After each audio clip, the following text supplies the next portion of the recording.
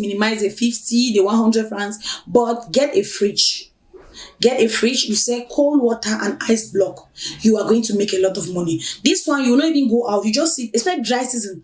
Cameroonians like cold water. They like fresh water. So you just need to make sure that you have a fridge. So with 100K, you can get a fridge for at least 50,000 francs. Or even get a fridge for 100,000. You don't need to buy water. Yes, just get your water from a good source of water, and then you put in your containers, put the water in plastic wrap, and then you freeze it, and you sell, and you make money.